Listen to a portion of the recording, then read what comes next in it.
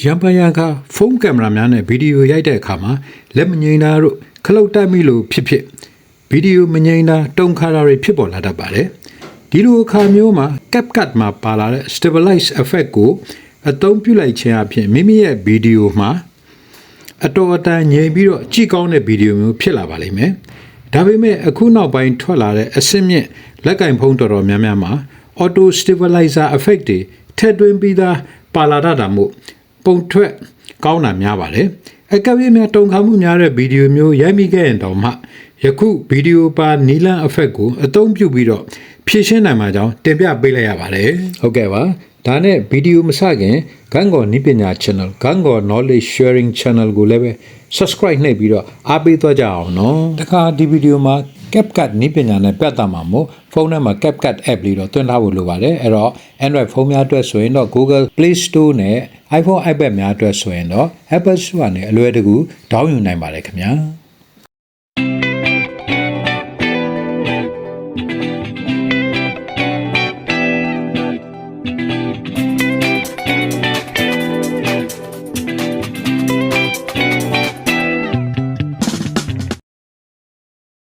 ပထမဆုံးဖုန်းထဲမှာပေါ်လာတဲ့ CapCut app ကိုနှိပ်ပြီးဝင်လိုက်အောင်ပါပြီးရင်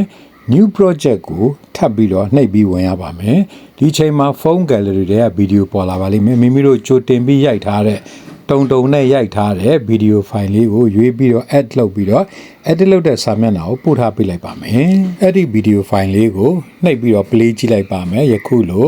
တုံရီနဲ့ရိုက်ထားတဲ့ပုံစံလေးထွက်နေတာကိုတွေ့ရမှာဖြစ်ပါတယ်ဗီဒီယိုရဲ့အဆုံးမှာတော့ CapCut ရေးစာပေါ်နေတာကိုတွေ့ရမှာဖြစ်ပါတယ်ဒါကြောင့်မလို့သူ့ကို select လုပ်မယ်ပြီးရင်အောက်က delete နှိပ်ပြီးတော့အဲ့ဒီပေါ်နေတဲ့ CapCut စာတန်းကိုဖြတ်လိုက်ပါမယ်ပြီးရင်ထိတ်စာကိုပြန်ပို့လိုက်ပါမယ်ပြီးရင်အဲ့ဒီဗီဒီယိုဖိုင်ကို select လုပ်လိုက်ပါမယ်ပြီးရင်အောက်ဘားမှာပေးထားတဲ့ option တွေကမိမိတို့က comment တစ်ခုကိုရှားပါလိမ့်မယ်အဲ့ဒီ command ကတော့ဒီမှာ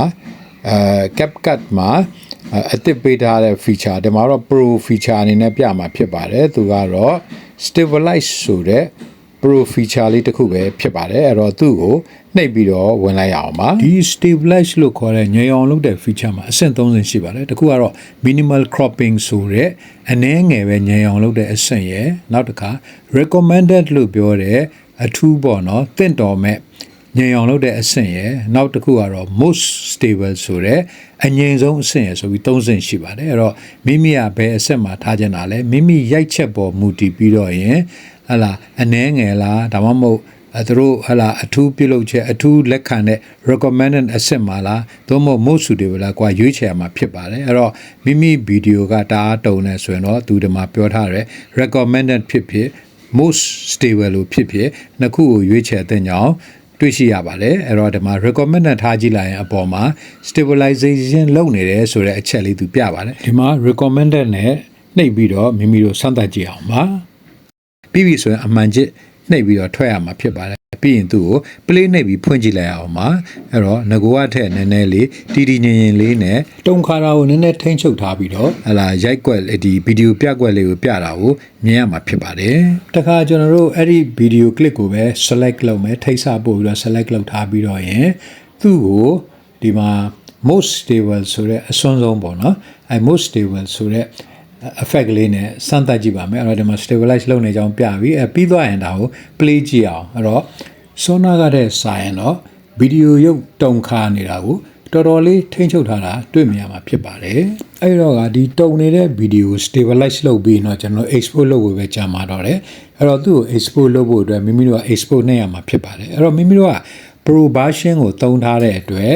မိမိတို့က export ကိုနှိပ်လိုက်ရင်ယခုလိုyou are using the following premium feature ဆိုတော့ဒီလိုကြီးပြတယ်ကျွန်တော် export ထုတ်လို့မရပါဘူးအဲ့တော့ CapCut Pro version ကိုဝင်ခိုင်းမှာဖြစ်တဲ့အတွက်ချက်ချေကနေရာနှိပ်ပြီးတော့ရင်ထွက်လိုက်ရမှာဖြစ်ပါတယ်အဲ့တော့ကဒီဗီဒီယိုကို full screen ဖြစ်ဖို့အတွက်ဒီမှာအစိမ်းရောင်မျှပြတဲ့နေရာလေးကိုနှိပ်လိုက်ရင်ဖြင့်ဒီလိုအခုလို full screen ရမှာဖြစ်ပါတယ်အဲ့တော့ဒီ full screen ရပြီဆိုတော့မှမိမိတို့ဖုန်းထဲမှာရှိတဲ့ screen recorder တစ်ခုခုကိုသုံးပြီးတော့ဟလာ play နှိပ်ပြီးတော့ရင်ဒီ edit လုပ်ထားတဲ့ဗီဒီယိုပိုင်းလေးကိုမိမိတို့က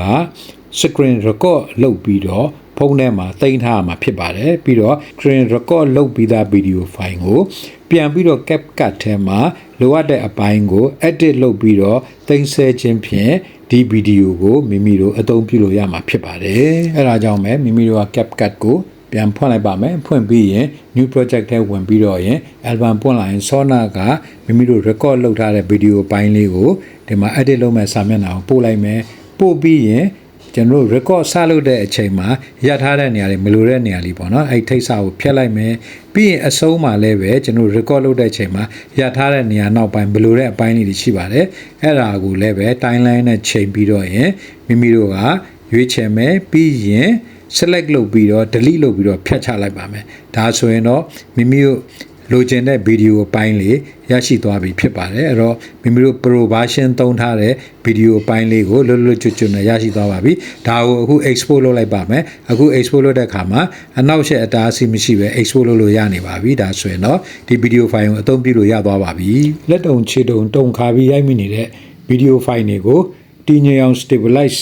effect အသုံးပြုနေလေးပဲဖြစ်ပါတယ်ဗီဒီယိုလေးကိုနှစ်သက်လိမ့်မယ်ထင်ပါတယ်နှစ်သက်ရင်ဖြင့် like share comment တွေလုပ်ပြီးအားပေးကြပါဦးKantkaw knowledge sharing channel ကိုလည်းပဲကြည့်ရှုနေကြတော့အသစ်သစ်သောမိတ်ဆွေများအနေနဲ့ subscribe မလုပ်ရသေးရင် subscribe လုပ်ပြီးတော့ bell ခေါင်းလုံးလေးတီးပြီးအားပေးကြပါဦးနောက်ထွက်လာမယ့်ဗီဒီယိုများမှာလည်းထပ်မံဆုံတွေ့ကြပါစို့အားလုံးကို bye bye